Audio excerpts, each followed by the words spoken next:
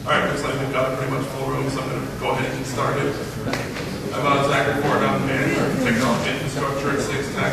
This is Scott Brissenden, who's an infrastructure engineer who works for me. In the past 2 years, we've been the two primary people responsible for doing our virtual implementation. I'm going to go ahead and walk through the steps that we've taken from day one until the point that we are now and where we might go in the future.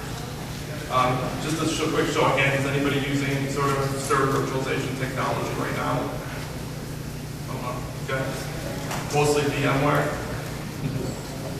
The full CXtec suite. Free stuff. So is everybody familiar with what server virtualization is as a whole? The best analogy I've ever heard for it. Kind of the same idea of having Ethernet on a switch or a router. You have multiple servers running on the same piece of hardware instead of multiple layers. Definitely about to consolidate this down to one point. So basically what we started with was a data center full of servers, each responsible for doing one job at a time, because we did have a lot of Microsoft servers, and God forbid you run two different applications on one Microsoft server. So what we started to do was, on just local hardware, start building virtual machines. White boxes, nothing special or anything. So we were able to load 3 or 4 applications and run it off of one physical piece of hardware, which was great from a consolidation standpoint for us, especially with the number of one-off requests that we normally tend to get. So as we continued virtualizing, what we ended up getting was an infinitely more manageable infrastructure. Instead of having 50 or 60 servers that all had spinning hard drives and points of constant working, we were able to consolidate these down into a series of virtual hosts and virtual machines. The other big gain we had was, at that point in time, we were starting to buy the newer P4 Dell servers. They were all 2.6, 2.8 gigahertz servers, and we would continue to load our one single application on them. So they would sit around 1-2% load average for most of the time. That's kind of a waste of our money, buying more servers every couple of months to replace them.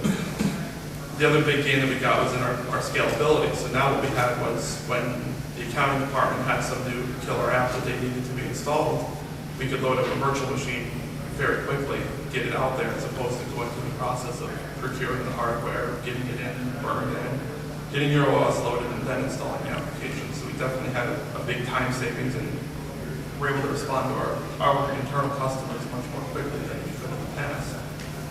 The biggest hiccup to running it all on local hardware was really putting all your eggs in one basket. Instead of that one application running on one physical piece of equipment, you now have 4, 5, or 6 applications. So your hard drives die, your network connection drops, you're not losing one little part of your infrastructure, you're using a much larger percentage of it. So the first step to combating that was to move our virtual machines out onto our storage virtualization, or our SAN, sorry.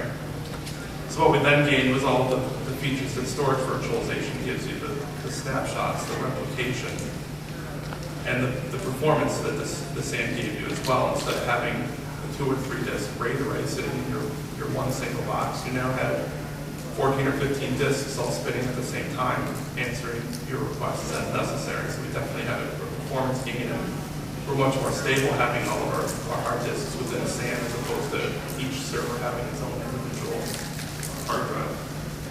So our first step was, we still kept our physical machines all with local hardware, but then on top of that, we would iSCSI mount all of our virtual machines. Each virtual machine had its own iSCSI mount, so it had its own partition of the SAN, and the virtual machines would run off of there for the disk and use the CPU network and memory off of the local hardware. So what we got after that was, we had virtual machines that were completely portable. So if we had a host die, within a couple minutes we could have that iSCSI mounted on a different server, bring back online, and 5 minutes later the server was back up and nobody knew the difference. In our case, that was acceptable, so that we were able to move forward with that. So now what we had is, you can see by the box here on the right is on our Equalogic iSCSI SAN, all of our virtual machines lived there. So the next step was, well, if all of our virtual machines are sitting out on the SAN, we still have a single point of failure on that local hardware. So what can we do to alleviate that? So what we began to do then was to boot the local hardware off of the same iSCSI SAN, still mount our virtual machines on top of it, and there wasn't any performance degradation or anything by doing so. So now what we had was we were able to deploy host servers in the same way we were deploying VMs, to make a golden image, mount it in a few different places, change the networking identification, and away you went. So if we bought 4 new host servers, you load one, snapshot it 3 times, one of those other servers with those snapshots, and away you go. So we could deploy those in a matter of a day, or as opposed to a week or longer in an older infrastructure. So now what we basically had was our entire virtual infrastructure running off of the iSCSI SAN. Well, I should say our entire internal virtual infrastructure. We do use virtual machines on our DMZ as well, but did not need to be putting holes in our firewall for the iSCSI traffic to get out there, so we use Fiber Channel out there.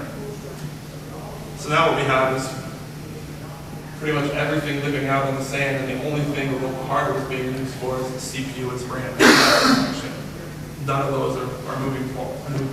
None of those are moving parts. So you have a much lower failure rate. So we took out the biggest failure rate that most servers are going to have, and our uptime definitely will show that. So the big benefit of combining the storage virtualization, putting everything on the SAN, and the server virtualization was now that our whole servers had the same benefits that our data that lived on the SAN did. We could take snapshots of servers. So if we were going to apply the latest Microsoft updates for the month, or wanted to try to install a new application, shut the server down, take a snapshot of it, bring it back online, and try whether it's your patch or your new application, see how it ran. If you weren't happy with how it ran, you just revert back to the snapshot you had instead of having to spend hours and hours trying to figure out how the heck to get that patch or application completely off your server so it's back to the way it was.